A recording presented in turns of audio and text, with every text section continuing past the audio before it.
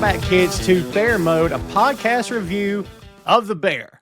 That's right, everybody. Season 3 is upon us. We have made it. It took us a minute to get here, but I told you we'd get here. If you've been following along, then you know last week you saw the Season 3 preview. We hope you enjoyed that. Not a whole lot to go through there, just a little bit. Boys, there's stuff to go through here today, I'll tell you. And if you're watching in... We should have done it with this right, one. Yes. If you're watching in real time, you're gutted. Because, man, this was a tough one. This almost as tough as the yelling and screaming to a large degree. Tom Clark here with you as always, joined by Big Tasty, Joe Higgins, and Jay Luft. And, gentlemen, we are going to get in the plow, crank her up, and start plowing through Season 3 here. So that's a snow joke for anybody that gets that. So, Tasty, let's start with you. Thoughts going into Season 3, Episode 1, and how are you feeling right now after watching it again? So, as I think we mentioned last week, I said last week, this is one of the most divisive episodes of the entire series so far. It's simultaneously it's different lists rank it as the best and worst episode of the first 3 seasons, depending on your opinion. Little spoiler, I absolutely love it. I've watched this twice now. Both times, it's made me fully cry. For maybe not the reason you'd think. It's something I'll get to it when we get there. But for me, and we'll talk about it. It just builds not tension or dread, but it just builds like a sort of bleak isolationism. I think throughout the episode. And that's what becomes towards the end. It does build. We'll get to it builds like a crescendo. And by the end, it's almost overwhelmingly like desolate. I think. Yeah. Well said, Joe. To Tasty's point, this one's all rainbows, unicorns, and clowns. So knowing it's all happy, what do you think coming into this one, man? I can see why people don't like it because nothing happens. Up to this point, all the episodes have been bang, bang, bang, stuff's going on. This is like a palate cleanser, isn't it? This is where we're up to now, and this is what's going on. This is like, in case you've not been paying attention for some reason. But like you said, Tasty, it is that sense of just, oh dear. And you don't realize that it's happening until just at the end, and you're like, oh, everything we've said about Carmi all the way through this shows it. He has nothing else. The one thing that he could have had, he fucked up. Yeah, he did fuck it up. And also, there is some gorgeous looking food in this. Yeah. To your point, though, Joe, I'll say, I mean, I think if I'm not here to talk down on people, but if you think nothing happens in this episode, you're not watching it properly. No. Because there are 3 incredibly important scenes in this episode. 3 very important things that you get to see happen. Well, not to see happen, but like happen on the camera. It's things we already know happen, and then there's little. It's like how we say the Bear is show, don't tell. This is like, what if we just did an entire episode of just showing? But no, I mean in the terms of it's not them screaming at each other in a restaurant. It's not big plot beats. No, it's you've got to pay attention. You can't be on your phone with this one. So I made again. I don't want to monopolize it. I don't want to like. I read a review of this, and I thought I don't like to read reviews, but I think it's a really good point. It's almost like in the way that the beef goes from a sandwich shop to a fine dining restaurant. This is more. Someone said this is more of a fine dining experience. It's not easily accessible. It's not an episode that you'd show someone to get them into the show. No, it's very almost pretentious. It's very artsy. It's very thematic. It's very deep. It's a show. This is an episode of the show for people who love this show. Yes, I'll take that. Jay, you watched it in real time in the chat, and you were falling apart. How are you feeling right now? I think that Ben and Joe pretty much summed up like what the episode is. It is very bleak, and I think that's it. It's interesting because like the music that they use is Together by Nine Inch Nails, which is off one of their albums called Ghosts, which basically was Trent Reznor's resume for, look, I can do like music for scores for films, guys, because he released like 9 albums like this. and it's The just other like music they use, Jay, what's the other track they use? Oh wait, it's all the same one. it's no, It's it's just that literally song. together. The song together is like 10.5 minutes, and they literally just loop it like 3.5 times Mm. for the whole episode. Me And Trent Reznor, me need money, me sick. and the thing with like Nine Inch Nails with music like that as well is it's very peacefully uneasy, where it relaxes you, but it does give you a little bit of anxiousness because of the sort of like slight key, like off-key moments of it and stuff like that. And the way this is shot as well, it kind of does illustrate that through, like, it pairs with the music perfectly. It's very similar to the music he did for like the Social Network, where it's all very sort of. I think I'd use the word unsettling, and even a little bit oppressive. Like, yeah, I think this come out a similar sort of time to the Social Network, so right, well, that yeah, would because track. they used a track off the same album on the last episode, didn't they? On the season 2 finale. Yeah. I think it as well. It's like really good in a way that obviously this is the aftermath, pretty much the direct aftermath of like the night before. So it's Carmy coming in, tidying up the restaurant, which is clearly, because of like the way it's ended, clearly has just like been left. Which, I mean, if he owns a Michelin star, he can't be doing that shit. Can't be smoking inside, mate. Can't be smoking inside. You fucking clean those tables before you fucking close. Don't leave glasses with wine. You'll get ants. That's how you get. That's how you get ants. And yeah, like he just comes in, tidies it up, everything up, and then from there, it's almost as if like the way it's kind of presented as a whole, it feels as though he's gone in to tidy up. And then as he's thinking, this is like the memories that are kind of coming into his head as he's doing like his tasks around the place, because it keeps cutting back to him doing like sort of menial tasks around the place, like changing the tape on stuff and writing out the list of like the sort of expectations that he has, reorganizing the books in the office. Everything that's led him to this point. Yeah, and but then it's revisit him then, like when he was under I can't remember her name, Olivia Coleman's characters, like Chef Terry's restaurant, when he goes to Copenhagen, when he's with that bastard man Joel McHale, that lovely Frenchman as well. Yeah. He's a delight. I just want to give him a cuddle. He's so nice. Yeah. That spinach and thing wrapped in pastry. Yeah. I was like, 8 of them, please. Yeah. Yeah, but it's very like it's very well done. I really enjoyed this episode, and it's a great episode. It's there's not a ton of dialogue in it, but a lot of it's incidental dialogue as well. A lot of it's just sort of like background. Yeah, it's like, and a lot of it's sort of, again, to your point, Jay, a lot of it's sort of like a bit tuned out, and you don't quite, it's not quite fully in the mix.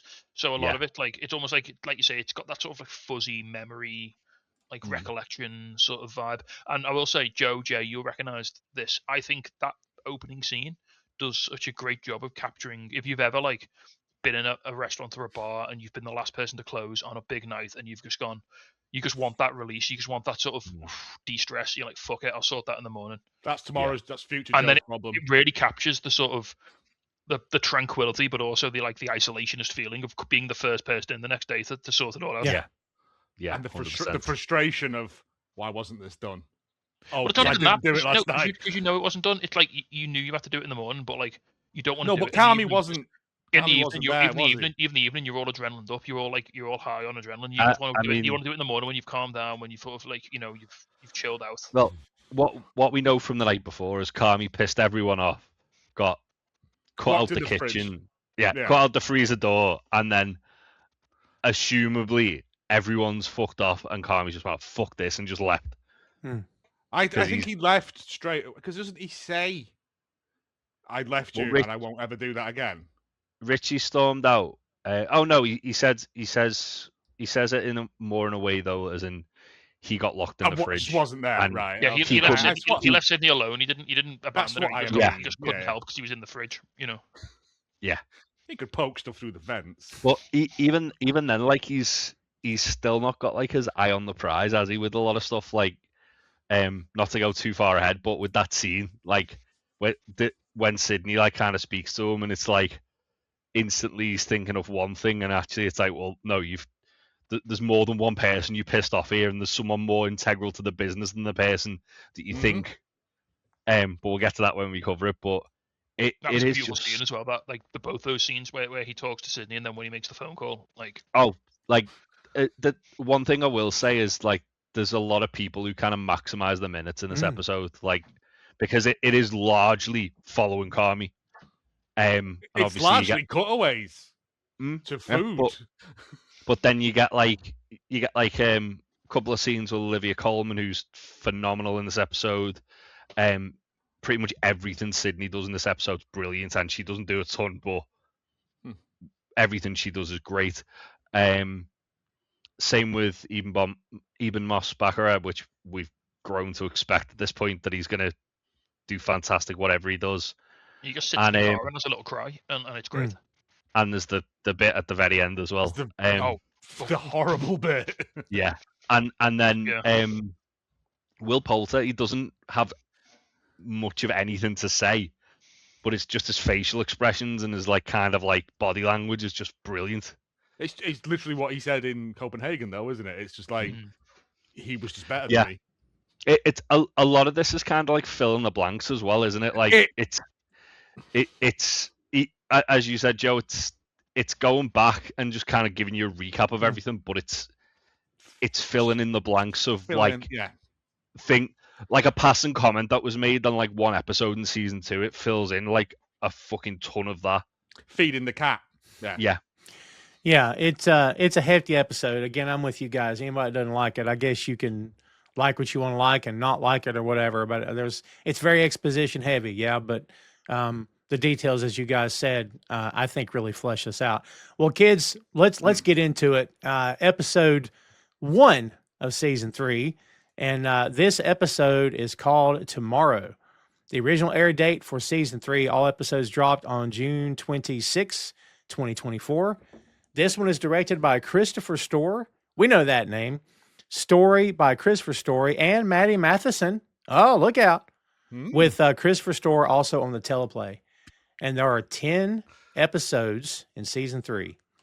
And this is a big one, kids. As we said, there's a lot going on and not a lot of dialogue. So everybody roll your sleeves up and let's jump into this. As a quick rundown of where we were, season 2 was about renovation, both for the restaurant and for the people inside it. Richie finally confronted his insecurities and began finding purpose, while Carmy started processing Mikey's death, gaining a healthier perspective on life and what moving forward might actually look like. Part of that came through his relationship with Claire, which helped him emotionally, but eventually created tension with Sydney as his focus began to drift. Sid struggled to maintain momentum while the rest of the staff, especially Tina and Marcus, continued growing into their roles. Backed by Uncle Jimmy's money and held together by Sugar's project management, the season built toward Friends and Family Night, where the crew rose to the occasion. Carmy ended up locked in the freezer, and Claire walked away heartbroken. And that sets the table, pun intended, for episode 1 of season 3. We open on the sunrise in Chicago. Soft lighting, beautiful shots as we've come to expect from this show. We eventually go into Carmy's place where he's up and he's rubbing the scar on his right hand. And we have, correct me if I'm wrong, have we seen what this came from yet? Because I got it in my notes, but I don't recall if we've seen it. Have we? I don't think so. It looks like it is a burn. Because there was a earlier in was it season 1? I think it was season 1 where he grabs a hot pan. Is it not? I thought it was when he picked up a like a. That is what it is, but I couldn't recall if we'd seen it. Oh, it was something about like the handles. Yeah, but because someone had left the handle over the burner and like he grabbed it and it was hot. Always use a towel anyway, but that's on him. Man alive, that for a scar. Oh my God, from a burn. Whew. Yeah, forget that. Well, the thing is, because it's metal and it's that part of your hand instantly clamps down on it as well. Yeah. So you have to literally throw it on the floor to get rid of it. Well done. Yeah. Yeah, And because people like us tend to dig into this you only stuff. do it once. How about this? The scar may also serve as a physical manifestation of his deeply buried trauma. I'm Could saying be subtle. Maybe we'll explore some of that in this it's episode. possible. We see the bear part 3 on the screen, and it's off to the races. Before we begin, kids, let's just say that there's quite a bit of bouncing here between now and then. We'll do all we can do to keep you from pulling your hair out, and hopefully we won't pull each other's hair out as we go. But as I said, a lot of bouncing, so we'll try to direct traffic as we go through this. Go through this. We get the song playing that Jay talked about earlier. This is Trent Reznor. This is the one, yeah. And by the way, kids, if anyone's watched the Watchmen series, dude, his soundtrack on that show is phenomenal. I still I didn't know it was So him. good, dude. It is so good. I need to watch it. It's so good. It's better than the film. Oh, it's light years. I mean, that's the film's fine. The film's Zack unfilmable. The film, It's Zack Snyder trying to Zack Snyder things. You're trying to film a film where a lot of it is internal exposition. Like, Yeah. you can't just have Rorschach going around going, "Whoa, bad things," because it doesn't work. That's true. That's Well, true. it's a fun film and it's got a banging soundtrack. I said to Yeah. a core group of my friends growing up for years, I was like, they can't make this into a movie. As we saw Batman '89 coming out, and slowly but surely we started getting comic books and movies, I'm like, can't do Watchmen. Then when they announced it, I'm like, this is a bad idea. Then when I saw it, I'm like, yeah, this was a bad idea. Like, you can't. To your point, Joe, it's unfilmable. Unfilmable. I went and watched it at the cinema and I went, it was fine. Yeah, I've never watched it. I haven't either. I've got it on Blu-ray. Got it on Blu-ray, still with the cellophane round it. Wow. The opening scene here, guys, is the one that you were talking about earlier. He's wiping down a table. He's lighting a candle. There's an ashtray there. I'm with Jay here, guys. You clean your place up before you leave. This is not how you build. I mean, I get you're upset. You're a big overgrown man child at this point because you're upset you got yourself locked in the freezer. But like, no, if you had someone coming the next day, you wouldn't have left and went home. You would have stayed and cleaned up. Can I raise a pointer to that? It's probably not the head chef's job to clean the front of the house. Yeah, but he Yeah. is the one that Looking effed at up it- to begin with, right? Like, Yeah, but looking at it, there was cigarettes and 2 glasses of wine in there. So I'm They've assuming Richie stayed with someone. Yeah, they've had little afters. They've had a little. Yeah. I don't know if it's Richie. I think it might be could Carmi. be. Someone stayed in there and decompressed. Well, and like It could be de-stressed. Carmy just drinking on his When own. when Carmi's like shouting at Richie, doesn't Richie just storm out? Richie just stomps Yeah. off, doesn't he? Yeah. So absolutely. I don't think it's Richie. I think also that area is kind of like Richie's like it's like the kitchen's Carmi's kind of like Front of sanctum, house so is- to speak. Front of house is Richie's. So I think Richie's so detail oriented now. He wouldn't want anything like that to be happening in that area. Good call. Carmy's little I think- sort of desecration of the sacred. Yeah. I think it's Carmi, like, because he's clearly been fucking angry Mm. and he's been basically locked up in a fucking prison cell of his own making for like an entire night. Yeah. He's cold, he's angry, and he just wants some fucking wine. Yeah, we in the midst of this, we get a beautiful shot of the restaurant with the lights off. We got flowers on a table.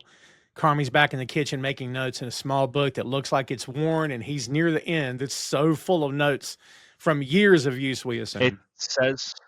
It says on the spine as well, doesn't it? I can't remember the name of it now. It's one of the Well, restaurants he said he worked in. They're all this is French French Laundry. Laundry. They're all labeled though. That's They the are. thing. As it goes through, they're all meticulously labeled. He also takes down the menu board, the He tasting does? menu board. Yes, which I think is again where the problems start up again. If I remember season 3 Oh correctly. gosh, I'm drawing a blank. The next thing we know, we see him clipping. Is this basil? I know it's. I'm not sure what he's clipping when he's got the little snips, and it looks like I don't know. I don't know my herbs. So Oh, but he's taking the little bits. Yeah, off yeah, it. It looks like he does time. At Ti- some yeah, point. they- It yeah, looks like it's yeah. it looks like it's lavender or Ooh. something. I was going to say it looked like heather. Oh, interesting. heather, yeah. It looks like it's a little thing, a little Mm. micro garnish thing that you put on. Yeah, He does eat a bit of it at one point, just as a little snack. He does. That's right. Mm. So he's next to Luca. So kids. Here starts the time hopping. We're going to do it more than Avengers here, baby. We're going to time hop like crazy. We get Luca played by the great Will Poulter. We see the boat that Marcus stayed on in season 2. Carmi's putting down the food bowl to feed what we all assume is a non-existent cat, Coco. We then see him outside, he meaning Carmi, with Jimmy, Richie, and the 2 facts, Neil and Ted. A car is being hauled off, and we realize this must be the tail end of the Fishes episode. What we didn't see after Donna drove to the kitchen with her car. So, well, you can tell it's Fishes because the facts are wearing their Facts have got their Christmas tops yeah, he's on. got this. Yeah. The dancing Yes. shirts. Claire's in this flashback. She's standing there outside. Can you say that shot? Sorry, that shot of them all just like standing there smoking cigarettes is like just incredible. It's so well framed. It's so. It's very much like the Usual Suspects level of that's just a great shot. It is. Yeah. Where do you think Claire was outside? Who they live next to that she's? Well, they said earlier in the Fishes episode she lives down the street. There you go. I'm assuming they're all from the same neighborhood, go. isn't it? Like, They say she lives a couple of houses down. So, and if you just you'd assume if she probably Donna's just drove a fucking car through the like side of the house, everyone's probably going out to see what the fuck what that was was. Yeah. Merry Christmas, everybody. Yeah. Then suddenly it's daytime, and Carmi is at the airport with Sugar, seeing him off from New York. She says, "So tomorrow?" And he says, "I'll call you tomorrow. I'll call you when I get there." And she says, "Okay, got everything you need?" He said, "New York's got everything." We're just bouncing, kids. So knowing what we find out later in the episode about where in the timeline this fits, like this scene is like so poignant. It's the last time they see each other in person before something happens. Yeah. When you said the timeline, it's an Avengers thing. Suddenly in my head, I can't help it. So yeah. We then go to New York, and Carmi is walking into a restaurant called Daniel. This is the real life restaurant on the Upper East Side, owned by Daniel Bolid, perhaps. That's the French guy. It is. Yeah. 2 Michelin star. He just seems lovely. He just seems so Yeah, nice. and it looks like he's actually training him too. Like he's not acting at all. You know what I mean?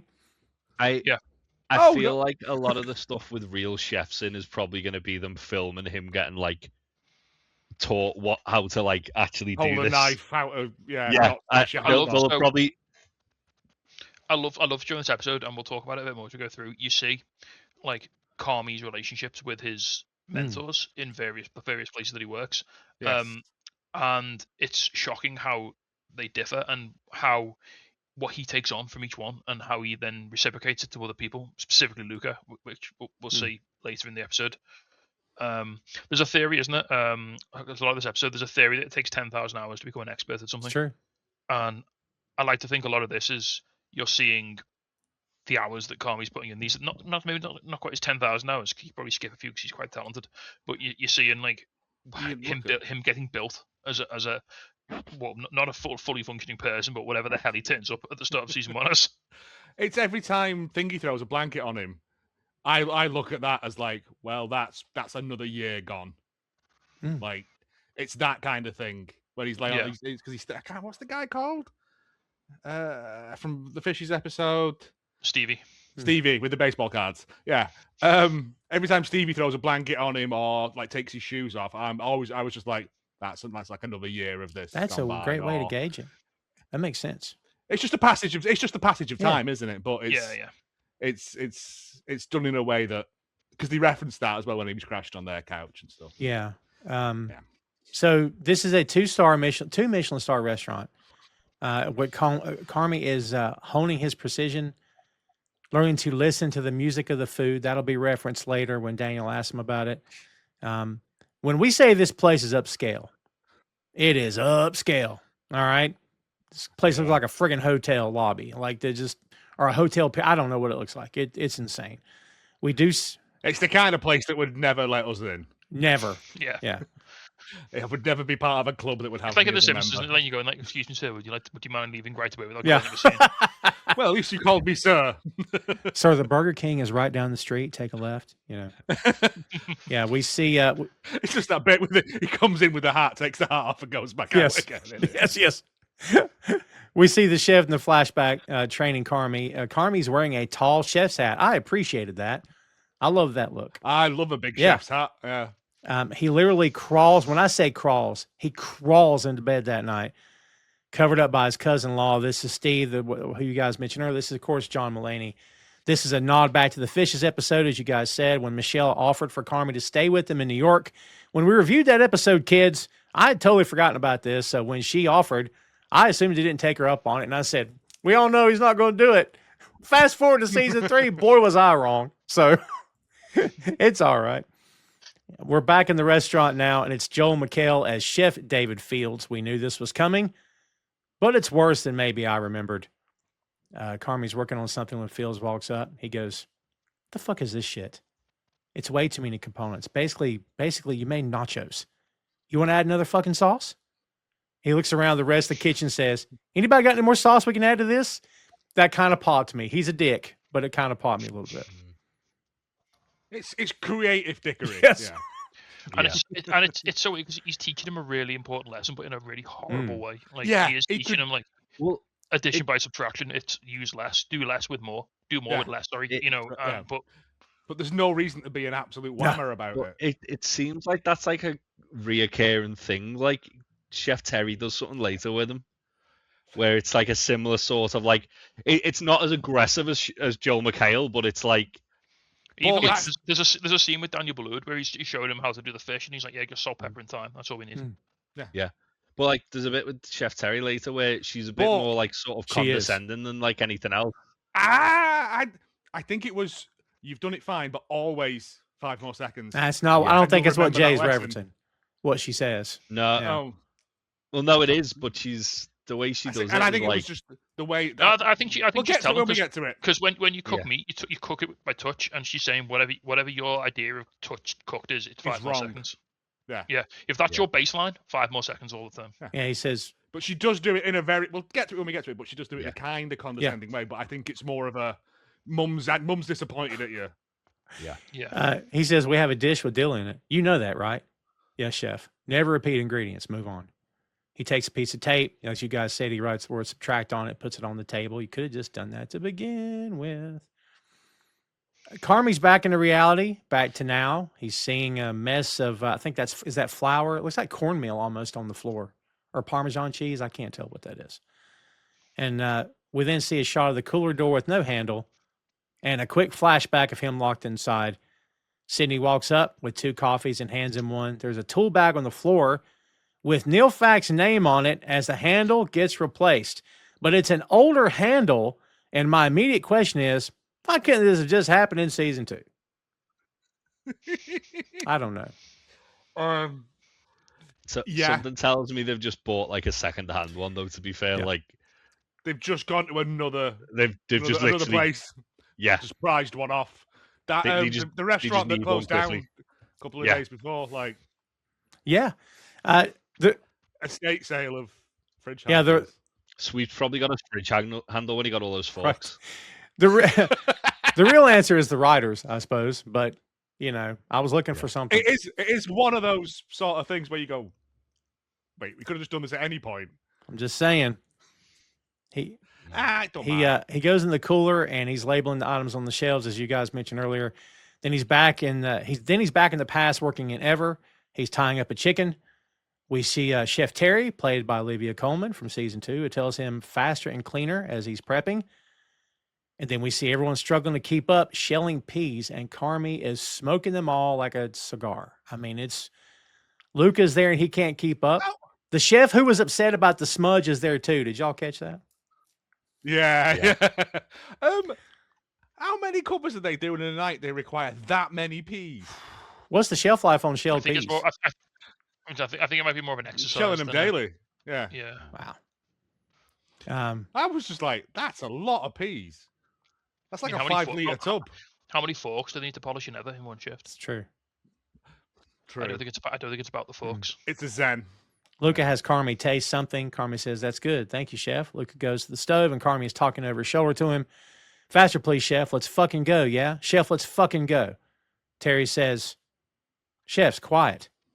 And I'm thinking, I love this bit. So this is like you see that, like we talked about in like season 1 and season 2, you see like the cycle of toxicity start to creep into Carmi's methods here Yes. now, because Mm. he's sort of relaying the ball busting that he Bullying. got from David, and then Chef Terry just tries to shut it down like straight away. You ever let That's not how we work you ever here. drop the F-bomb and you don't realize you're doing it, and you're like, oh, like you All right, the you time. realize it's not the right Come on, time. Tom, we all been on your podcast, man. I don't mean that. No, but I do it at work I've quite done regularly. it too. Yeah.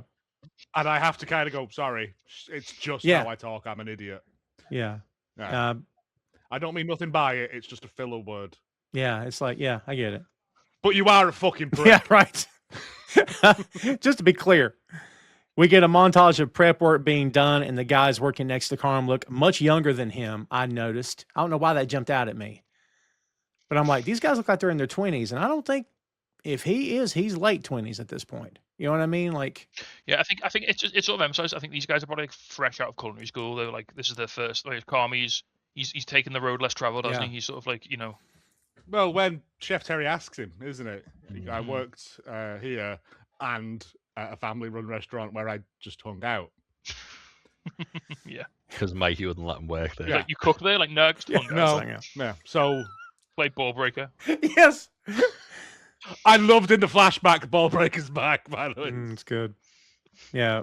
We see someone looking at a wall of food photos, and Carmi gives him a nod. We may not have known it because we may not know because this episode is jumping everywhere, but this is part of a Copenhagen flashback at Nome, as Carmi gives a nod to world-renowned Danish chef Rene Redzepi, who's looking at the wall of food dish photos. And then Carmi's in a beautiful herb garden picking herbs and taking it all in. We see flashes of food, and Donna asking if they have a problem from the fishes episode immediately unsettled me when I saw that. We even see Uncle Lee. Yeah, Jamie Lee Curtis jumps. Yes. Oh my God. Yes. Yeah. There's quite a lot of bits like that, isn't there? Like they just sort of like creep in. She learned the Halloween movies taught her well. I'm telling you. Again, it's like as I say, that's why it feels like it's kind of like he's just sort of reminiscing as he's doing like his sort of like menial tasks around the restaurant, and then that's like just a bad thought creeping in. Is like the little flashes from fishes. Because like there's another bit later on where it's like Bob Odenkirk shouting and Yeah. like later on is like Mikey just screaming in that episode. We see Lee right now too. He says, "You're nothing." They get that in there. Yeah. Yeah. Suddenly, we're back at the airport again with Sugar. He says, "What's wrong?" She goes, "I just feel like," and he says, "What?" She goes, "Maybe I'm never going to see you again." He says, "You're going to see me again." Then we go to Steven spraying air freshener on Carmi as he's sleeping. This is hilarious. It's great. Like he does say at the start, like he smells like he does. I forgot that bit. Yeah. I think in the fishes episode, you did say like you would come home stinking of sweat and garlic. Like it's all just these little bits that. Yeah, they tie it all in. Carmi's in the kitchen plating some beef, and Chef Fields walks by just to say "fuck you" and keeps walking. That popped me too. I know he's a dick. That made me chuckle, but just to go out of your way to just go. Yeah, he just keeps walking. Walk off. Like, you could have just said no. You could have just stayed over there. The plate ends up in the trash. Did you guys note that? And Carmi is on his hands and knees washing the floor. And then we go to Carmi kissing Claire in a couple of different scenes. And this stayed with me, the bit where they're outside the hospital. And it's when he kisses her, and when she walks off, he lights up a cigarette, and she comes back and takes a puff of it. But when she kisses him and she walks off, he gets an expression like, "Oh, God." Like, it's very subtle, but I'm like, even then, he's already debating this in his head, and they're obviously a couple at that time. I really picked up on that.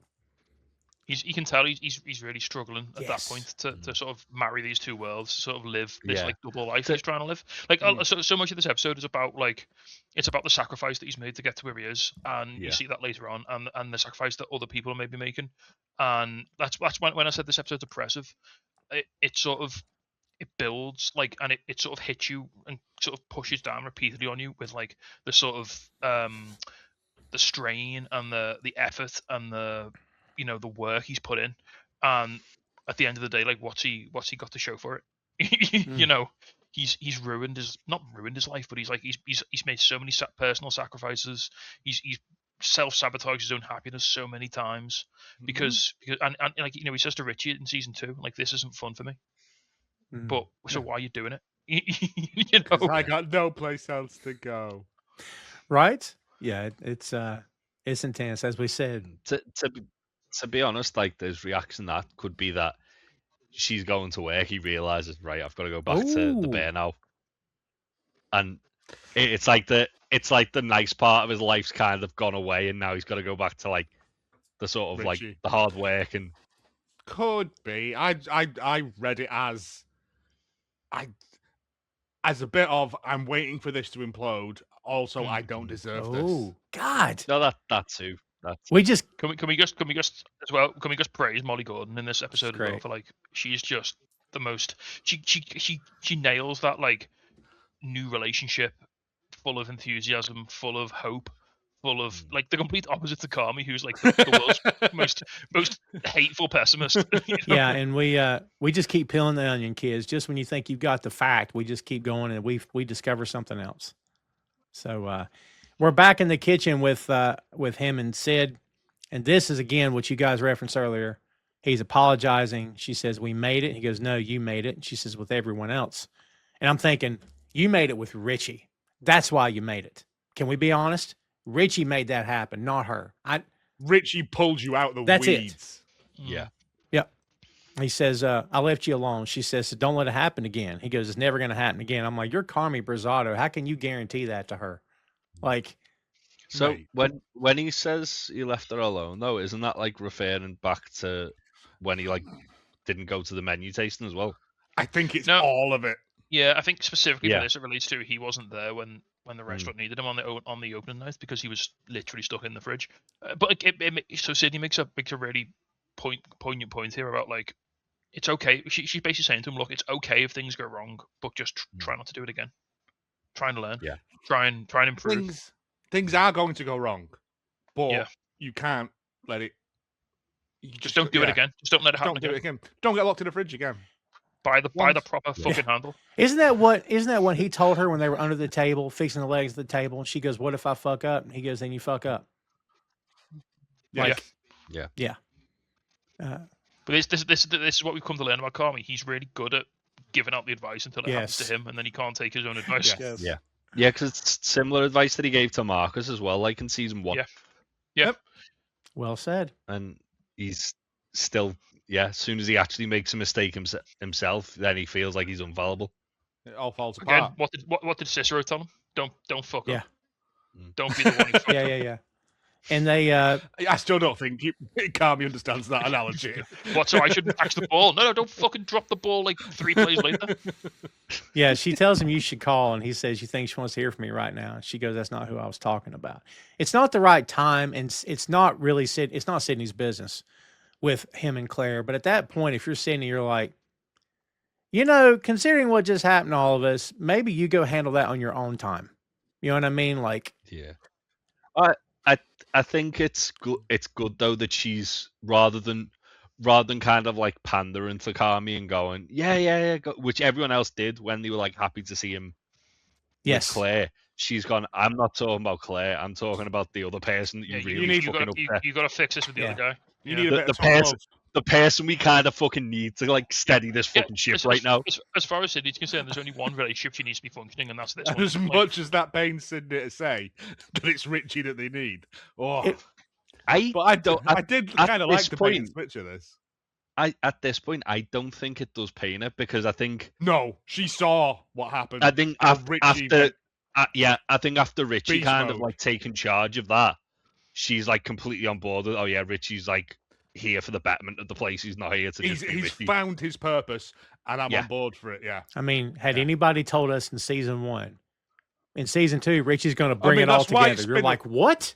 That's why it's been a delight watching Jay's journey along this. For episode 2, Richie's a piece of shit to this now. Yeah. But it's so well written a character. Like, he's of just a man with no place in life. True.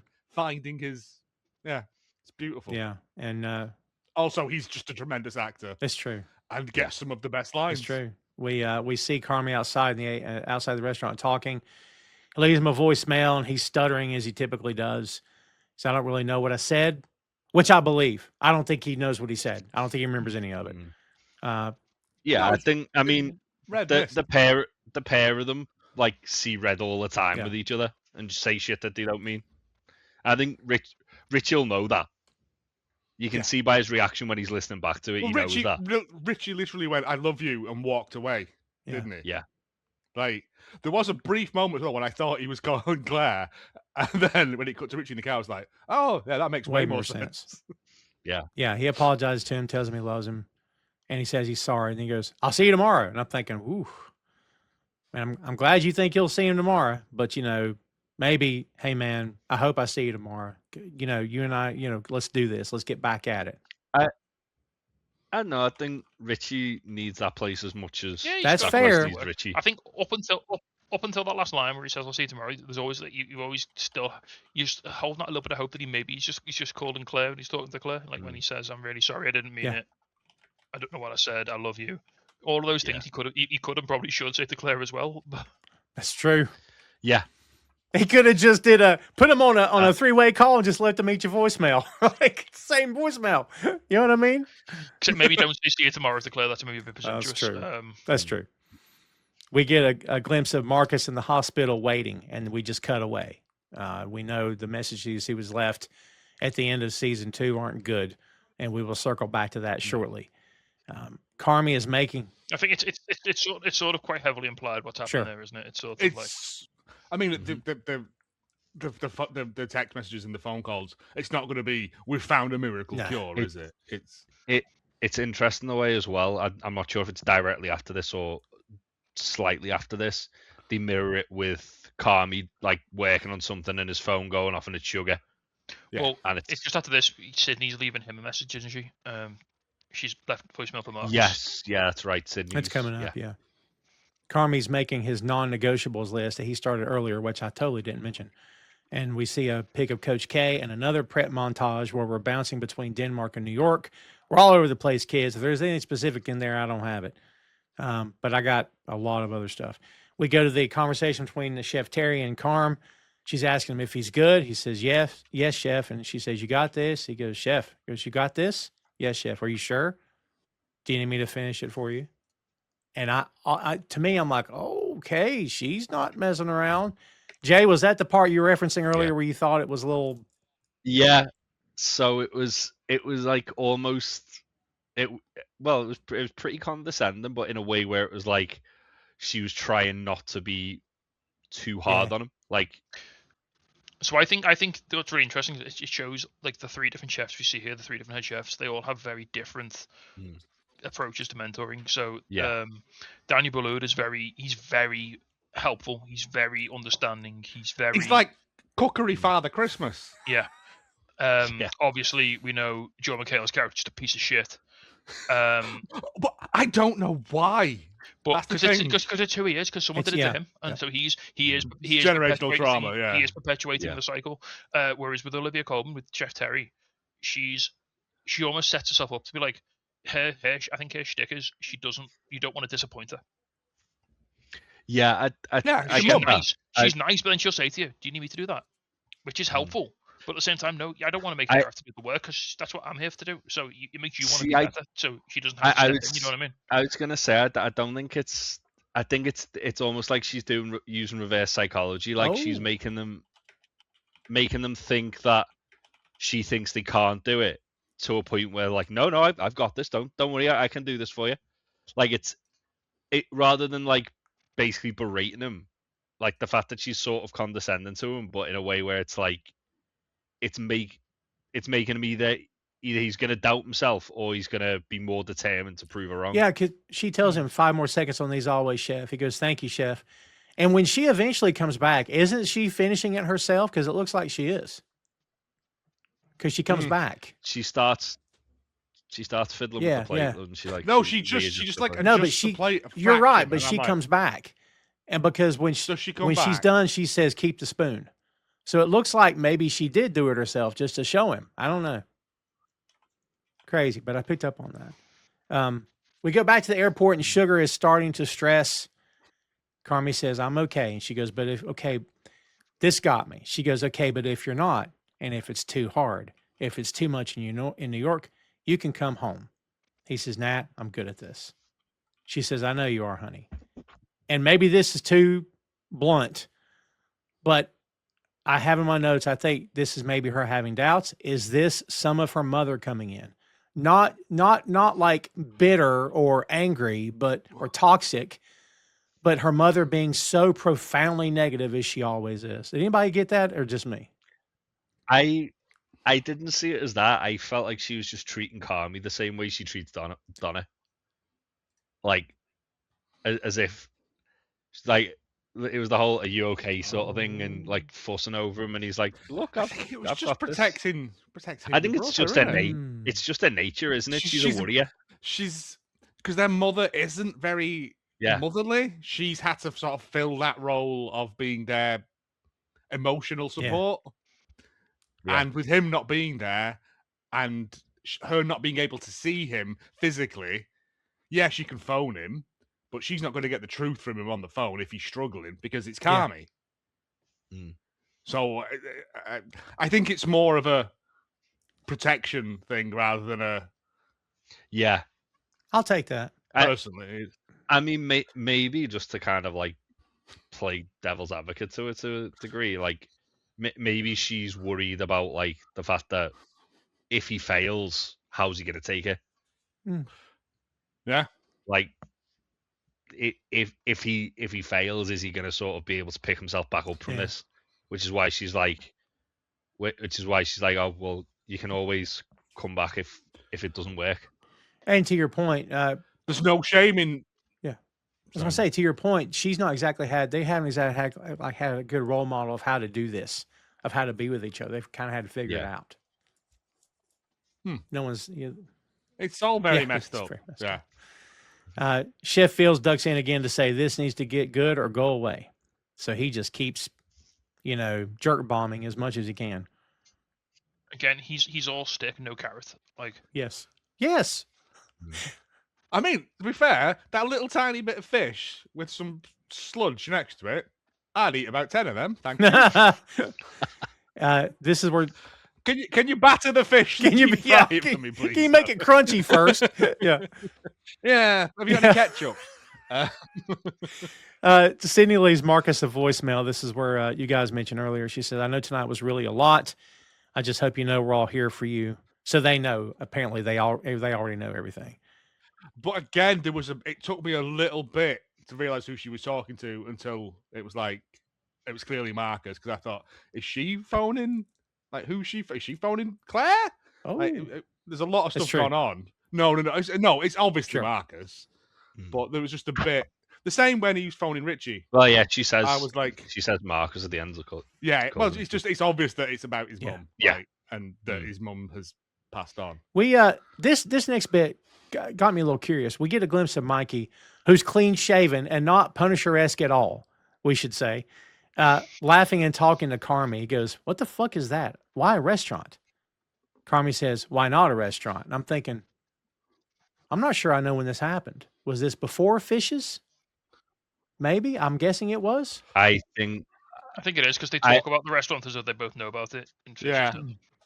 I think the majority of stuff that Mikey's in this is way before he fully developed a drug problem or anything like that. Oh, because he seems quite cleaned up. Not even cleaned up. He seems quite lucid, yeah. As opposed to when he's got a beard and he's got a blanket around him and screaming at fucking Saul Goodman in the fucking living room and all that. But again, you don't know if these are peaks and troughs or where there's moments where he did get clean and then it's. I get the impression there's a lot of it where it looks like the beef's just opened. Yeah, it looks relatively new in there when he's in that. Interesting. Carmi's still looking at the scar on his hand, and Claire wakes up at 4:30 before her alarm even goes off. She wakes up and touches the alarm, which I've done so many times. We assume she's in bed with Kelly. Every day. We assume this is Kelly, who she's hugged up to. That's her friend that was with her on Friends and Family Night, I assume. Yeah, I was a bit like, all right, Same. Claire. Because I didn't know. Nah, I could. that's couldn't more, tell. That's more of just I've just had a really bad Yeah. night. Oh, it's a My boyfriend's- comfort thing, My obviously. boyfriend's but broke no. up with me. I don't want to be alone. Yeah. No, but Can you get your man out the gutter, Joe? Come on. Come on, Joe. You're better than that. no, never. Yes, but I'm He's looking not. at the stars. He's not. No, I genuinely, it took me a second to realize who it was. And then I was thought like, it was oh, Carmi, right. to be honest with you. No. Yeah, and then I was like, oh, no, Well- she's just like, can you just stay? And they're just having a cuddle. It's fine. You can cuddle The people way- in bed. She just doesn't want. She just doesn't want to be. She just doesn't want to be alone. The I way don't they think- were bouncing No. between flashbacks, I thought maybe it was Wow. Carmi too, because I didn't know. You know what I mean? Yeah, that's Yeah. what I thought. One of her hair bows is at Carmi's place. If you guys notice when he gets up to leave, and he's leaving his place, and we figure he's we're not sure where he's heading when he leaves. We see Claire at the hospital talking to a kid who doesn't want a shot. This is very cute. This is very cute. She's just brilliant. the best. And she Carmi. What a you're a So fucking good. idiot, man. Come on, man. Get your act together. Right? She tells him we're going to have a staring contest. Whoever blinks, they lose, and the winner gets a prize. She goes, ready, 1, 2, 3. He gives him the shot. Did you blink? And then she winks at him. He says, you blink. She goes, oh my God, I lose and you win. You did it. You did it. She goes back and checks her. How do you piss that person off, Carmi? How do you piss off that person? That woman is a 'Cause- saint. Yeah. Because he's a self-destructive asshole. I mean, yeah. Like- but Like everyone else in that fucking restaurant. Well, you know, this is a guy that can't be honest with himself, much less with a woman. But like, I go back to him giving her a phony number, and when she confronts him and says, "Why did you give me a phony number?" You know, it could have been, and maybe this wouldn't have hurt her feelings. Maybe it would. Something as simple as, Mm. "I've always liked you, but I'm kind of fucked up, and if you get involved with me, I'm afraid I'm gonna fuck you up too, and I don't want to do that." That would have been the God's truth. But as we know, he didn't say that. but that would have been Yeah. way too honest. honest. Or he just said, Well- I'm afraid of my own happiness. Yes. Yeah. But also, like, 'Cause I surely know it'll Carmi be- knows that, like, Fac's going to give her his number at that point. Oh, facts are menace. But yeah, also I know that it'll be good for a bit, and then I'll do something, and then you'll never speak to me again. It's Yeah. just negative Yeah. mindset, and it's all Joel McHale's It's all fault. Joel McHale's fault. It is. It is. He's a bastard, Yes. man. If he'd have just not smeared that sauce, it'd have been fine. They'd have been happily married. With 2.3 kids by now. Yeah. She checks her texts. Both called Richie. Yeah. Yes. She checks her text for him, and he hasn't answered her. More montage back and forth, food prep everywhere. Suddenly he's at Ever again and is in charge, apparently, or at least in charge of that shift, I guess. He's coaching up Luca, telling him to go faster and offering to do it for him, which is interesting. But Yeah, but noticeably, he's a lot calmer when he's doing it Sure. this time. He's literally like it's almost like Carmi's like a chameleon. Like he has traits of all these different like chefs that have mentored him. Like you see it in even in the first episode when he's teaching Marcus about the bread. Yeah. yeah, And he's not condescending to him. He's not like a dickhead about it. He's just facts. if you try this, this might help you. And like it's weird how he has different approaches with different people. Like with someone like Sid, he's like more like Chef David. Mm. With With someone Tina, like Tina, he had to earn Tina's trust. with Yeah. Tina, he does the thing though where like you can keep the spoon that Chef Terry says. He does that with the knife Yeah, to It's true. Tina. Yeah. Like there's different people who he treats like different people he's been mentored by, and it's fascinating to see like that he like the different sort of like times. It's almost like he's got like split personalities that depending on what day you get Carmi, you get this person who's mentored him or this person or this person. but also I think Stacey said a while back, it's you have to treat different people different ways because they respond to different things. Mm. So it's keeping that balance of Sydney everyone doesn't happy. respond well to the fucking Chef David stuff. Yeah. No, She I don't think fucking hated anyone. that. I don't think anyone would respond well to being called a piece Ah, of shit Richie does unless I'm originally. paying for it. But yeah, it's It did that bit though. Yes. Yeah, it's true. I feel that. That's a great observation, man. Carmi is taking a pic of one of the food. He's taking a pic of food, right, from the big wall. He sends it to Mikey, who shows it to Tina, and she says, "What the hell is that? This is good old negative Tina back in the day." Yeah.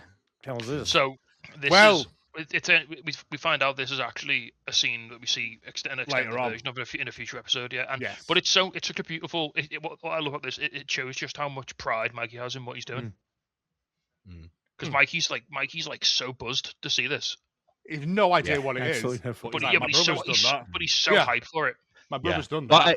But I think obviously I've not seen the extended scene that we're gonna get to, but I think in this bit with Tina, it doesn't even seem like she's negative. I think it's just she's not really had her eyes open to it. Yeah, she doesn't really know what it is. She's like, oh Yeah. that's Like- cool, right? Like It all look makes at, sense. yeah, look at once And she's never met Carmi. She doesn't know who he is. Yeah, but look at once she's like kind of been introduced to like the new stuff, and it's like she literally kind of like throws herself into it. Yeah, today's Tina would be all over that shit. Yeah. She'd love Yeah. it. Oh yeah. She'd be like, "Oh, I want to Well- get that on the menu." Knowing what happens in that episode where that thing's from, it's a lot. Yeah. So Yeah. let's not throw shade Tina's way unnecessarily, Mm. because she has a tough time of things. I'm a habitual shade thrower, just so you know. So That's fine. Richie is at a door. We assume it's Mikey's door because he's talking to him through it. He says, "Let's get the fuck out of here." He goes, "Let's go. Come on, open the fucking door." And of course, Mikey does not respond. So you assume, He does say Mikey, doesn't he? yeah, he does. Yeah. So as He soon as I saw this scene, my stomach Yeah, just dropped. same. Like Yep. this was Yeah.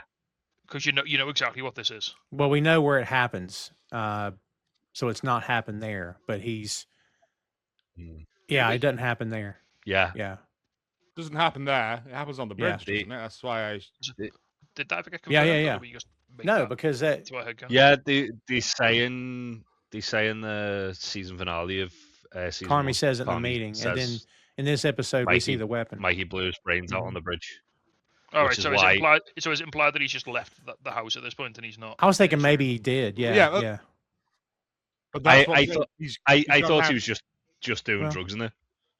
Oh, No, I no, assumed no, it's. no. This is the day. This is the time. Like this is. Yeah. He's got a knock on, and then Richie's gone. Like it's that dawning realization of, oh, he's finally done it. Yeah, there's a look on Richie's face that like he knows something's up. Like And it's that thing of you could have done something, but it's yeah. As we've said before, you can't help people who don't want to help It's themselves. tough. It's tough. But it's just that look of Richie's face. Come on, and he's all And happy then and, sidekick Richie, and then just that mask drops, and it's fuck, my best mate's dead. but like literally you see something like die in him at that point, and like he becomes the Richie that we see at the start of the series. Like Yes. where he's dealing with all of this and he's still processing all of that trauma and that grief. Yeah, we're back at the before we get to that insane moment. We're back to the airport and she's trying to offer Carm money. He didn't want to take it, and then we go to Chef Daniel working with Carm and ask him, "You hear the music?" That's what we referenced earlier, and he says he hears it. So What was it though? It was just like some sea bass Just wrapped sizzling, in bacon right? with some salt, pepper, and Yeah. thyme. look good. Wood. I haven't had sea bass in forever. I'm not a big fish person, but I will hound I some love sea fish, bass. man. Yeah. Depending on what it is, like I love fish. But we get another bit of Carmi and Chef Fields the prick. He's picking apart the entire plate, and he goes, "Jeez," like that. And Carmi says, "I'm sorry, Chef." He goes, "You shaking? You nervous?" He's like, "No, Chef." He goes, "You want to step out for a second? A little too much." Hey guys, why don't y'all just stop? I'm gonna let Carmi catch up. Let's lose the blood orange and the zucchini and add fennel. He goes, "Yes, Chef." He goes, "Just take your time thinking about that." In other words, you're going too fucking slow. Just take your time thinking about that. Just wait longer for that to process. That's going to be my dish then. And he says, "Yes, Chef." See, and I'm thinking, is he just one of those people that takes credit for other people's work? Is he one of them shithouses? Well, there's a scene earlier on we didn't really talk about it. There's a line he says something to Carmi, something like, "Maybe we've found the edge of your talent." Yes. That's big. Like maybe this is as far That's as you big. can go. Because I think I can't remember where I think it's where Richie goes to stage, and there is a picture of Joel McHale up there as well. So I think he's like Rick Stein. He just steals other people's recipes.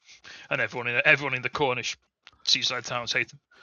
I mean, I hate him as well, but just because he's a colonialist. But yeah, but I genuinely think that's what he's think because that's my dish now. That I'm like, well, no, you've just gone.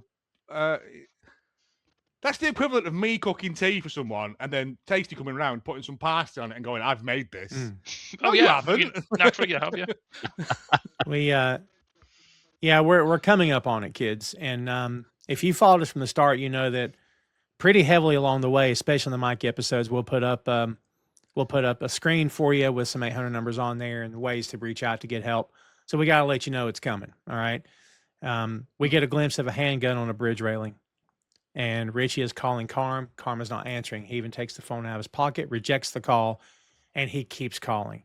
Finally, Sugar gets a hold of him, and we all know what she's told him. Well, it's Sugar on the phone because It's Sugar on the phone. Yeah, he has two missed calls and then a call me now in capital letters. Yeah.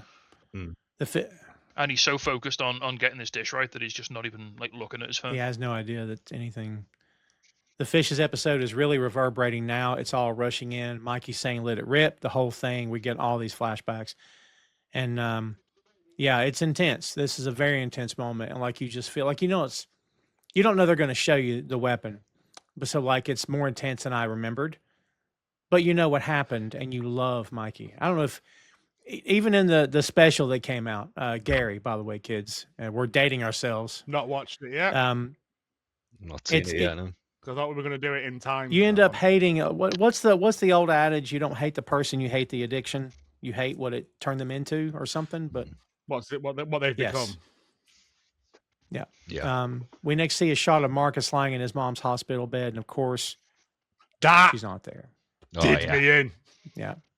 So if I can just have tell a little story here, because I think go for it. This I said in the chat, like this episode hits me hard. I've seen it twice now, both times. This bit here has made me like properly like tear up, properly weep. So I'm not going to imply that it's the same, but the day that two separate days that two of my grandparents passed away, I was working in hospitality, and both days I was planning to go and see them after my shift ended in the hospital. And both times I got out of work, phoned my mum and was like, "I'm going to head to the hospital now," and she was like, "Oh no, they're gone. Like they went a few hours ago." And like, so I didn't, because I was too busy working a pointless hospitality shift in a coffee shop that doesn't even exist anymore, doing busy work. I didn't get to say goodbye to two of my grandparents, and like that's what it's sort of. And that's what, like, so the whole point of like the start of this episode is it shows like how this whole life consumes Carmi, and it takes all his free time, and it takes all of his family time away from him.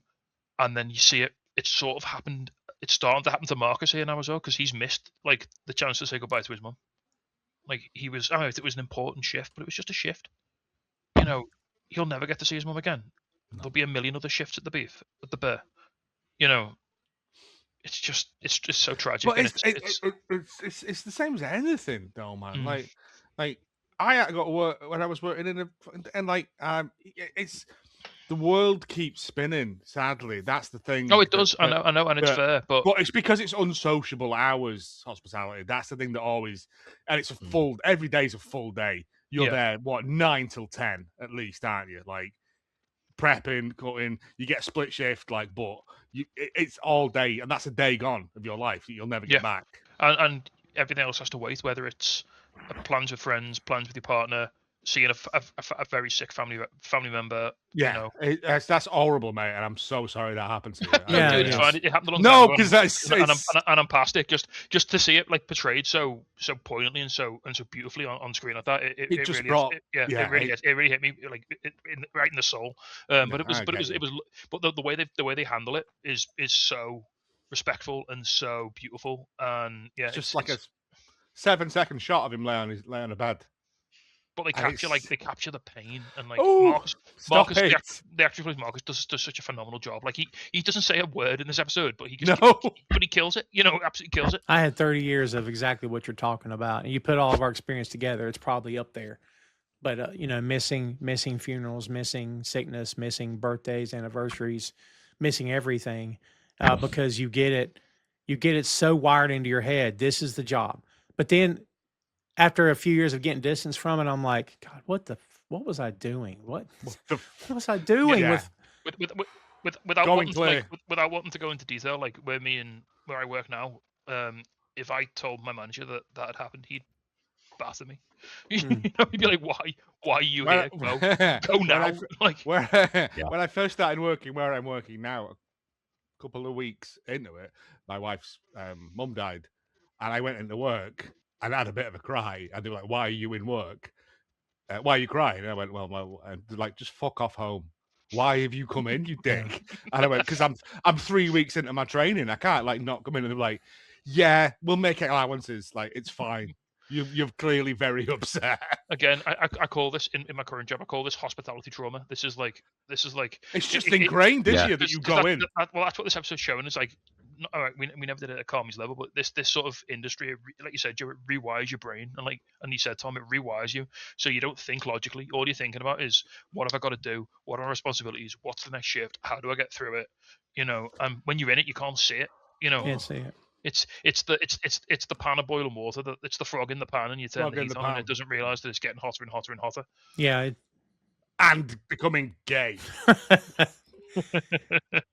But just I was hoping you would. Christ, lads, I can't do this. Sorry. But so much of the show, and like obviously it's about grief, and it's about like sort of coming to terms with trauma, but also a lot of it is about trying not losing yourself, like not losing yourself in your work because it's not healthy. No. Not healthy, and unless you work in the beer and trampoline factory, you've got to keep a piece of yourself for yourself. That's what they're trying to put across. You know how you know it. You know how you know it doesn't matter. Be happy. Because baby, when you leave, they'll replace you and put the name tag on somebody else. Doesn't matter. Doesn't matter. You didn't mean anything to them. Well, and well, it won't even be that anymore, Tommy. It'll just be they'll put a program there. It's fair. That'll replace you. Yeah. And do the job worse than I can. Right. Which is pretty terrible. Here's where it gets, I won't say worse, but pretty interesting. Even heavier. Yeah. There you go. Again, I think this is like you said before. It's like sinking in the ocean, and it's just the oppressive weight starts piling on and on. And it's around this point you realize this music's just going and going. It's been going all the way through it. And it's almost psychological at this point. It feels like pressure. It feels like Well, one thing with the song is that it's very tranquil, and then it is like peaks and troughs. Like there's a bit where it just gets really sort of oppressive, and it feels kind of like the walls are closing in on you a little bit, and almost like dystopian. And then whenever it gets to that bit, something bad's happening in the episode. It's really, really well paced the way they've done it. Yeah, we see the flashback of the funeral service. Carmi's plating up the whole time because, as he made out before in previous seasons, he wasn't there. He was, and I don't know if he ever really said why, but he made out like he wasn't. He didn't go. Of course, he wasn't in town. He wasn't there. And then we see him in a car outside the church, dressed for the funeral, and he just drives off. Jay, you said in the chat this changes everything. What do you mean by that? Yeah. Because the whole perception was that not so much he was too busy to do it, but like that he kind of chose not to go to the funeral. And it's I still don't think chose is the word I'd use here. Well, I think you're right. I think because he's made the decision to go, he's got there and he couldn't get out the car. And I think what's interesting is he's once again used, even indirectly now, he's used his work as an excuse. So yeah, he's hidden behind his job and he's retreated back. All right, he went there, but then when people asked him why weren't you there, I couldn't get away from work. Because is that not just easier than him saying, "Oh, I was there, but I Yeah. couldn't get out Yeah, of the it is. car"? It's but that's a conversation you should probably have had at least with Richie and Sugar, maybe. You know. But yeah, and Now he could. Yeah. But season 1, Richie would have called him a whole string Well, of. at the very least, Sugar. Then There would be so many naked pictures of men in the beef the next morning.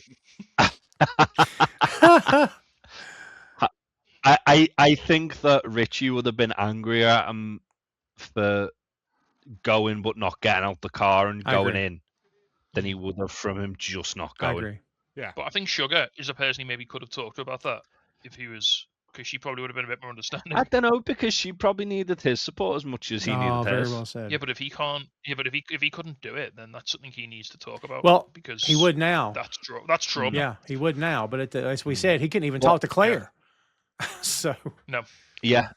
yeah, And in season 1, when Sugar's never been to the restaurant. it's true. That's true. There's such a dissonance between all three That's of right. them. And I don't know whether it's because Carmi went away and Richie Mikey feels abandoned by him, but he's also so proud of him.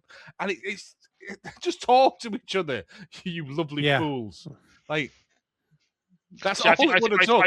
I think with Mikey, we discussed Mikey, didn't we, a few times? I think Mikey knows he's a lost cause. Like he's made his mind up a while back. He's like, signed up. He doesn't want Carmi anywhere near him when it happens. Like no. He's clear about that. I think with that as well is he probably didn't want Carmi working in the restaurant for 2 reasons. One, because he knows he's better than that. Like, not to say that the restaurant's shit, but like he knows he can achieve more by going out into the world. Again, because the restaurant sucks people in, and he knows if Carmi starts there, he'll never better himself. Carmi will be on the gack. Yeah, but also like a lot of the family don't really see Mikey using. Like they know though. They know, but it's like it's kind of like he's hiding it in plain sight. So if Carmi's working in the restaurant all the time with Mikey, he's gonna be seeing it. Richie, he doesn't give a fuck about, because even though Richie's like his best friend, he's not I feel like one thing that's not really sort of considered a lot is that Richie probably takes the shitty end of most of this, because he sees Mikey probably at his worst. Oh, 100%. He's. I don't want to say he's an enabler, but he's the person that deals with the fallout. He's the guy that deals with the downside of it. He's literally scraping him off the floor. Yeah. Putting him back to bed, you know. That could be what that knock at the door was as well. They were like, "Oh shit, here we go again." But then, from what you can kind of like allude, so are people like Tina and Ibrahim and a lot of the people who like knew Mikey from the restaurant. They'll have just seen him. I'll assume they'll have seen him manic. They'll have seen him up. They're not seeing him down, because he won't come into work that day. And Richie will be coming in. King of the Golden Cocks coming in here. Richie's doing the. They'll have kind of like got Mikey to like. Oh, sorry, Richie to pick up the pieces, sort of thing. Can we also Mikey's having a bit of a bad one. Shout out to seeing Tina's husband as well. That's right. Yeah. For the first time. Angel from Dexter. Well done. Yeah. The flashbacks continue here, kids. We get the call back to Richie saying, "This is your brother's house. Remember, I was running it without you." And Carm says, "Why didn't he leave it to you then?" Why didn't he leave it to you? Cold as ice. Probably still like the worst thing. Probably the worst thing. I agree. I totally agree with you. I don't know if you can take that back. You can try. That's big. But it's a fair question to ask. Yeah, but it's just totally like undermines everything Richie did for that family. But I don't think that Carmi knows the extent of what Richie did. No, this is why I don't think it's. Which I don't think it's a why... big deal for Carmi to say it as it is for Richie to hear it.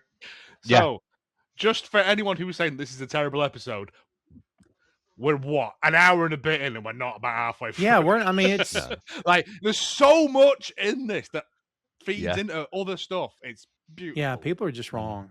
Sorry. But, to go back to that, like I think Carmi doesn't have a clue like the extent of what Richie's done there. Yeah, like, Carmi just throws the iron out there to hurt him. He doesn't understand how Carmi's how just sick of Richie's shit at that point. Yeah. But like, it's the equivalent of when he's in the fridge going, "You're fucking obsessed with my family." It's just stuff to hurt him. Yeah, because Richie's carried that family when Carmi wasn't there. Yeah, I think I think the difference between the end of season 2 when Carmi's shouting at Richie and that is that Carmi's intentionally saying shit to upset Richie at that Oh point. yeah. Like the why didn't he leave it to you line, I think that's more just like because he thinks Richie's bitter that he didn't get it, which is kind of like the perception that's given to the viewer on first glance. Whereas but now we're 3 seasons in. You actually Yeah. go, oh no, this their relationship Yeah. is so much more than Yeah. that. Yeah. Yes. But I also still don't think that Carmi and to a degree Sugar didn't know the extent of what Richie was actually doing to kind of keep Mikey as there as long as possible as he was. Yeah, keep him going for as long as he could. Yeah. Mm. Yeah. Yeah, the next bit is with Chef Terry asking him where he worked before, and he says, I staged at the French Laundry in a family-owned restaurant. Then she asks him if he's been to Copenhagen. He says no. Then we go back to the airport again, and she goes, let it rip, Bear, I love you. And we don't know it, but she slipped the money into his pocket, and he finds it on the airplane. So, It's proper beautiful. That's such a beautiful little scene, isn't Yeah. it? Like when He has the most calmy reaction to that as well. He doesn't smile. He looks at it almost like with annoyance, like Yeah. fuck. we get the I'm gonna have to buy so many delicious Stroop waffles now. the bit where he tells him maybe we've reached as far as your talent can go actually happens here. Sorry, to be fair, in Copenhagen, that'd get him like 6 beers. Is he on the way to Copenhagen or New York? Copenhagen, New no, it was York. New York. Sorry, Yeah. New York. At that I thought he was point, on the way in to New New York, York. yeah. In New York, that'd get you about 6 beers as well. To be Right, fair. so we get him so many hot dogs from a streetcar. That'll get him one slice of pizza. I get you 1,000 slices of pizza from the right corner store. You will get diarrhea. Yeah, we get the why are you so fucking slow thing from David here, Chef Fields. So yeah, he actually happens right here. And we see the words keep fucking going written on a piece of tape and then taped to the table. Which I'm like, I don't know who would have wrote that. Would Carm have wrote that or would Chef Fields have wrote that? I think it looks more like Carmi's writing than Chef Fields. Fields has got much neater handwriting. Carmi's got like doctor's handwriting. Yeah. Yeah, he's got my handwriting.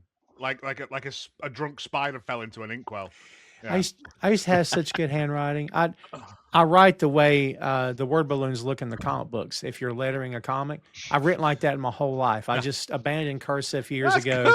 Oh, yeah. But like, so over the years, I guess I'm going too fast. Now I can barely read my own stuff. I have to slow my hand down. It is crazy. Oh, I'm the only one that can read my writing when I'm in full flow. Really? Yeah. Wow. But also, I used to read prescriptions for a living, so I'm very good at reading terrible doctor's spidery Interesting. handwriting. Yeah. Carmi, It really isn't. my signature, nobody can read it. Just full stop. Nobody can. Hell, I can't read it. If it's just a full stop, that's not secure. Well, Tom. that's fair. That's fair. That's why I'm not going to show it here because Oh no, if it's just a full stop, you can do at least do an Sure. X. Yeah. Carmi's plating 3 dishes and is ready to add the fennel sobouisse. I can't pronounce this.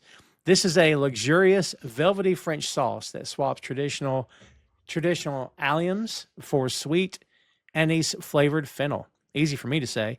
Made by gently sweating fennel. So an allium is like an onion Oh, there or you go. garlic. Yeah. It's got that sort of Made by taste. sweating fennel and onions and butter, then pureeing them with cream. It offers a sweet, complex flavor that pairs perfectly with roasted duck, seared scallops, white fish, or pork belly. And now I want some. And he says he has the blood orange instead. He calls for hands and he says it's a fennel allergy, sub-blood orange. I'm like, Yes. Book the post. Anarchy. yes. Yeah, that's kind of like a callback to when Richie's like yelling at him to make the spaghetti and he just Make the throws the fucking fucking spaghetti. tomato. Yeah. He throws $3,000 in the bin. I really like that. That still gets me angry. Yeah, that. yeah. I really like that. There's one very rich raccoon out there. The server takes it to a table. That shouldn't be funny, but that's pretty funny. All He's right, counting the dude. money. Anyway, the server takes to a table and says, "Poppet of hamachi with blood orange. Enjoy." Mm. Camera pans up. It is freaking Sydney. She's got a lot of hair. Sid. This is a callback to the season 1 finale of Brazil when Sydney talks to Marcus after they both quit the restaurant, and she's telling him that the best meal of her life was an unforgettable dining experience prepared by Carmi. Beautiful, and back It looks It so does. good. Yeah. Back to the present, Carmi has prepared several dishes in the kitchen and backs up to stare at them as we cut to black. Right. It's all I have a dishes that question. he's done throughout the episode at different places as well, though, isn't it? That's the Yeah. thing, is that I And think it's this also is implied the it's menu. dark outside, so he's been there the entire day by himself. Well, I looked. There's a clock there, and it either says 3:53 or something, or 9:53. I think it's and 9:53. either it's way, that's still too 9:53. long to be there in a place on your own. That's Yeah, mental. as you said, No. Jay, the takeaway is so throughout the episode, as he's preparing these dishes and as he's writing out his non-negotiables, it's all of the stuff he's learned at every restaurant he's been in. So Yes. even though his experiences have been more positive or more negative, every experience has contributed to who he is. He's taken a bit of everything on board, whether it was the horrible shit that Joe McHale made him do, or whether it was the really nice, lovely Frenchman, or whether it was Chef Terry. It's all informed a part of who he is. Well, there's also all that stuff where he's walking around the place in Copenhagen, the really fancy place where he's just like collecting twigs to Noma. eat and stuff. Noma, yeah. A lot of that's Noma. foraged on It's all On like they've got site. like a huge Yeah, bit. and it just- Noma's really renowned for having like an extensive garden where they get a lot of their produce from. No, but it just reminds me of like the menu. It's- like just yeah. murderers. I've walked past it and it's fucking insane. It looks beautiful, and it's like It's if I was it's into in the that, middle. I'd be into it, but it ain't for me. Yeah, it's in the middle of fucking nowhere. It's a gorgeous place to walk, but Yeah, it's on like an island, isn't it? Almost. yeah. So it's where Like, where like the it's like south of the city centre. We looked at it on a map a few well last We So- covered it, didn't we? Yeah. yeah where the Little Mermaid statue is. It's the other side of the river. Yeah. So you can't see Noma, but you can see the area that it's in from the Little Mermaid statue. You can get there by boat, can't you? You can get there by boat, or you can do what I did, which is really fucking stupid, and Walk all the way around. walk all the way around. Yeah. And it took me an hour and a half to walk to just by there, and it was a really hot day, and I got probably got sunstroke. But yeah, it is insane because it looks like a fucking cult compound or something. Yeah. As you're like That's the impression I got. walking. Yeah, When they're all having Yeah. family and they're all just like, yeah. They're all well, stiff, it's- fucking it- grapefruits it's- and shit. And it's like it's not like a shack. It's fancier than a shack, but it's got like a walled fucking like bit with the orchard, like foraging bit. And then there's a bit where he's like Why in are just you like the trying- high grass. That's just by like the riverbank. it's the secret garden. You're fighting so Yeah. hard to defend a place we'll never go. No, I'm just saying it's a cool place. Like the Oh, no. area is very Oh. nice. I- just a Maybe, walk through. Tom, when the ad revenue and stuff comes in, we can all go one day. Well, you keep holding your breath. We There can is no ad revenue, people, because we don't do advertisements. That's right. get some tweezers of like just a little bit of a By the meal. way, Just come round my house. I'll give you a pot noodle and throw some petals in. I called the place Gnome earlier, so that's not to be confused with the Garden Gnome, created by Tom Clark. That's the guy's name, and I know because I've heard it my whole effing life. What's your name? Oh, like the guy did the gnome time. My whole life. I've honestly never heard Yeah. that. I've never. Ever. That's No, that's new to me. no, yeah, genuinely. So now I've got it as a weapon. There you go. Now, next time I'm on Tom Clark's main event, I know what I'm Are going to you say. the Tom Clark Here that he made the comes. gnomes? Yeah. Do you mean like the Like the pottery gnomes? gnomes? Or like because I think gnomes exist in like Danish culture. So like Yeah. It's trolls, isn't it? no, they've gnomes as well. Little people, the Hildefolk. It's well, Tom took it in a weird direction. So, I'm allowed to share my trauma too. That's my trauma right there. Is the Don't start stuff if you don't want to That's finish fair. stuff. kids? That is episode 1 of season 3 in the books, done. And we hope you enjoyed it because we enjoyed doing it. This is a great episode. I defy anybody. You don't like the real episode, whatever, but you better love this one because we crushed it. I tell you. Before we get out of here, Tacey, let's start back with you again. Final thoughts on this episode. What you got? I think for all the reasons we talked about, I think this episode's an absolute masterpiece. It was brave. We haven't talked about it. It's something called a tone poem, Oh, which is when you use a single piece of music to portray a consistent theme throughout an entire episode or something. All It's, right. it's a bit high concept, yeah. It's a bit arty in it. It's a bit sort of different. It's a bit pretentious. We but- can be cultured. but- You can but be. I'll still be sometimes you need a bit of that, don't you? heterodox. Yeah. There's too many. Keep it up with the Kardashians. Let's have something weird. No. I'm saying you can do the high culture. I'll be knocking about eating chips. Joe will be watching the Eurovision Song Contest. Titsnade Zoo. If you've taken the trouble to watch Boob Olympics, you'll understand there is a competitive element. It's just women being hosed down in the car park. Tom doesn't understand any of this. No, but you keep talking like that, I can kind of figure it out. So yeah, I can kind of figure it out. By the way, it's talk about shifting the tone. I totally forgot to mention Ibra staring down at the picture outside the church, and we know what the picture is. Totally forgot to mention that. Yeah. Yeah, we kind of glossed over the funeral bit because it's just very very upsetting. heavy. Joe, final thoughts since we got you here. Again, it's a lovely episode. I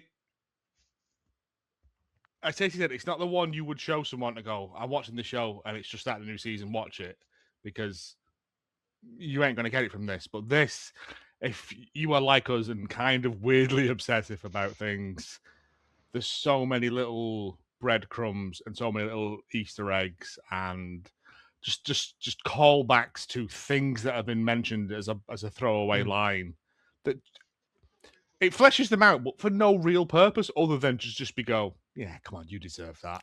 Right? There's a little bit. There's that little bit. And it's just a nice episode, but also, until Tasty pointed it out before, the oppressive weight at the end of it. It's like a leady sword of Damocles hanging over you. It's true. Yeah. By the way, Joe, you have mentioned that phrase a bunch as we started this podcast 2 seasons ago.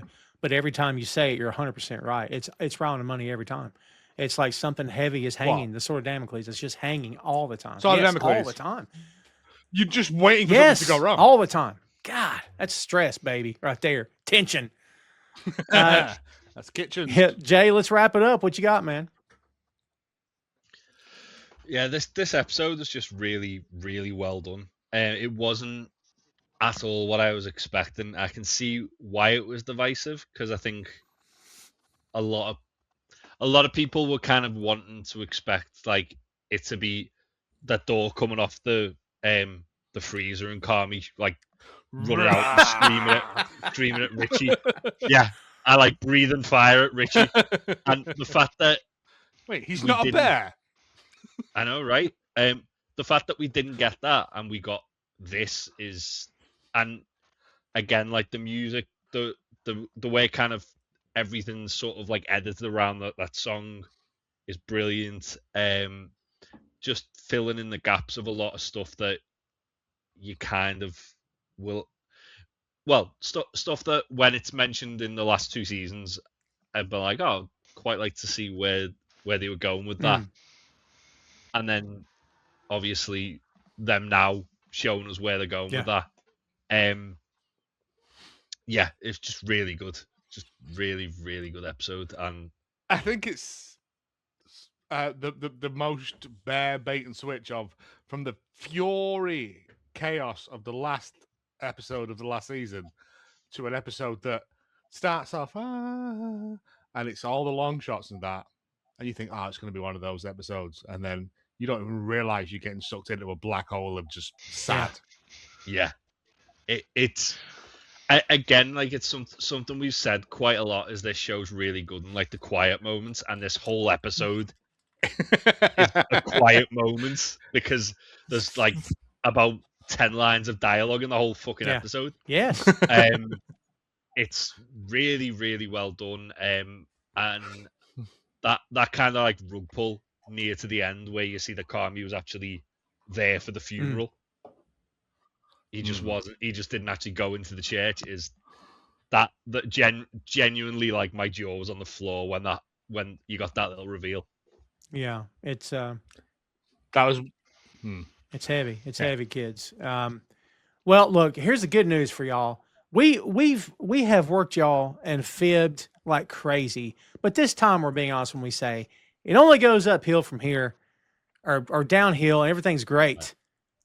No more drama in this show. Trust us. Sideways. Don't let Joe tell you no different. Trust us. I only remember like 2 other things from this season, and one of them, Jay is going to lose his mind. Yeah, for sure.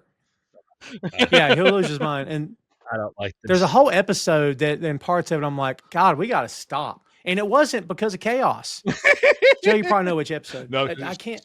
It's so good. I'm like, oh, I got to stop. I can't do it anymore because it's so. Anyway, we'll get there when we get there. nah, no. So, I know. kids, thanks so much for hanging out with us. We hope you're enjoying the ride so far through our show here that we call Bear Mode, a podcast review of the Bear. We hope you've enjoyed season 3, episode 1 here today, kids. Thanks so much for tuning in. Be sure to hit us next week. We're going to hit you back with episode 2 of season 3. And in the meantime, don't forget to follow us on Boink Studios YouTube. Check us out on boinkstudios.com. Remember, none of our content's behind a paywall. And on the website, you'll find links to all the shows and social media, including the shows that these great gentlemen do here in front of you today and everything that we've got to offer at Boink Studios. We've got new podcasts coming, kids. More new stuff in the pipeline. So be sure to go check those out when you can. We appreciate it very much, and share the show wherever you are. We'd appreciate that as well. That's it for us, kids. For Big Tasty, for Joe, for Jay, I'm Tom. And we'll see you next time, kids.